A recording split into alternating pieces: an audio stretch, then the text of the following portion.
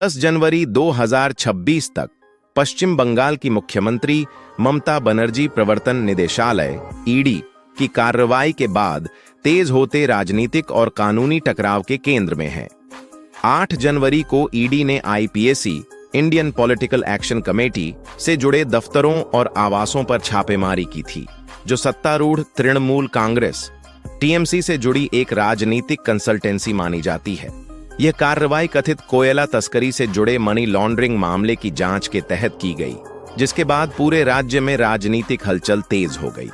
9 जनवरी को ममता बनर्जी ने कोलकाता में ईडी की कार्रवाई के खिलाफ एक विशाल विरोध रैली का नेतृत्व 10 जनवरी को ममता बनर्जी ने कोलकाता में ईडी की कार्रवाई के खिलाफ एक विशाल विरोध रैली का नेतृत्व किया और बीजेपी के नेतृत्व वाली केंद्र सरकार पर केंद्रीय एजेंसियों के दुरुपयोग का आरोप लगाते हुए कहा कि 2026 के विधानसभा चुनाव से पहले टीएमसी को कमजोर करने और विपक्ष को डराने की कोशिश की जा रही है। उन्होंने आरोप लगाया कि छापेमारी राजनीतिक मकसद से की गई और पार्टी की चुनावी रणनीति चुराने का प्रयास है। रैली के दौरान उन्होंने कड़ा संदेश देते हुए कहा कि अगर कोई उन्हें मारने की कोशिश करेगा तो वह और मजबूत होकर वापस खड़ी होंगी। ममता बनर्जी ने केंद्रीय गृह मंत्री अमित शाह और नेता प्रतिपक्ष सुवेंदु अधिकारी समेत कई बीजेपी नेताओं पर कोयला घोटाले में शामिल होने का आरोप लगाया और दावा किया कि उनके पास पेन ड्राइव जैसे सबूत मौजूद हैं, जिन्हें जरूरत पड़ने पर सार्वजनिक किया जा सकता है। उन्होंने चुनाव आयोग के कार्यालय का घेराव करने की भी घोषणा की, जिससे सियासी तनाव और बढ़ गया।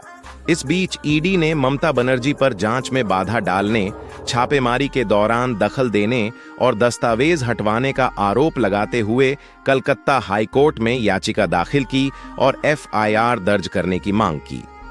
9 जनवरी को हुई सुनवाई कोर्ट में हंगामे के कारण 14 जनवरी तक के लिए टाल दी गई। 10 जनवरी को ईडी ने अनुच्छेद 32 के तहत सुप्रीम कोर्ट का रुख करते हुए पश्चिम बंगाल सरकार पर जांच में व्यवस्थित रुकावट डालने का आरोप लगाया और सीबीआई जांच की मांग की, जिसके जवाब में राज्य सरकार ने काउंटर कैविएट दाखिल किया।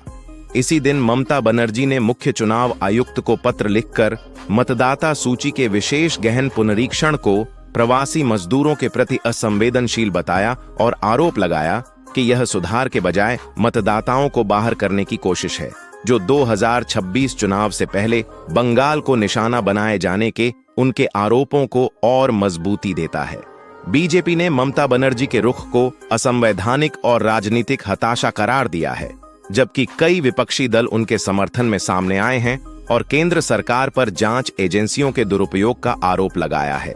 हाई कोर्ट और सुप्रीम कोर्ट दोनों में कानूनी लड़ाई चलने और सड़कों पर राजनीतिक तनाव बढ़ने के बीच हालात बेहद संवेदनशील बने हुए हैं और इसे 2026 विधानसभा चुनाव से पहले बंगाल की बड़ी सियासी जंग की शुरुआत माना जा रहा है।